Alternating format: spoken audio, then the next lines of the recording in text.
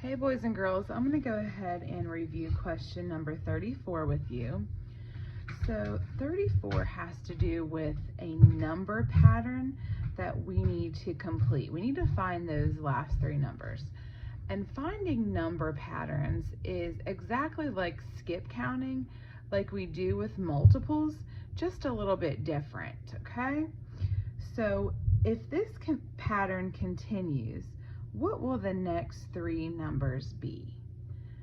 So our skip counting pattern starts at 10, then it goes up to 15, then it goes up to 25, then it goes up to 40, then it goes up to 60, and then we got to figure out the next three numbers.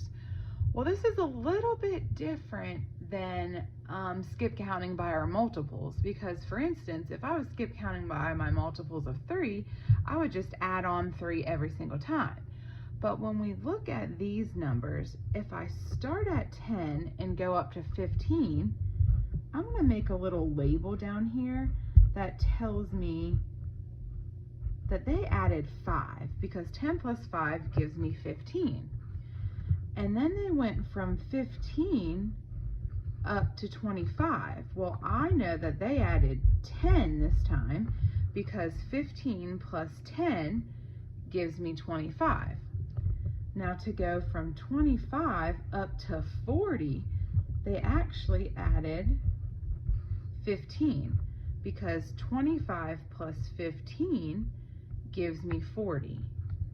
To get from 40 and land on 60, I know that they've added 20, because 40 plus 20 equals 60.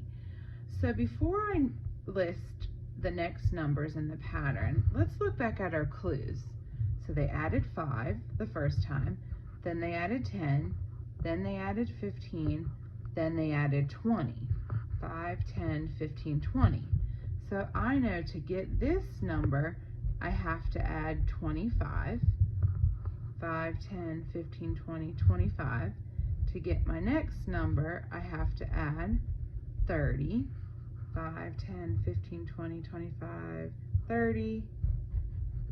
And then I'd add 35 for the last number. So I figured out my clues of what they are skip counting by. Now let me find the missing numbers. So 60 plus 25 gives us 85.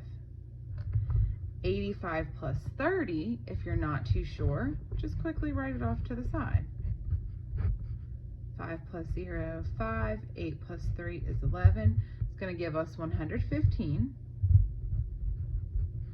Then 115 plus 35.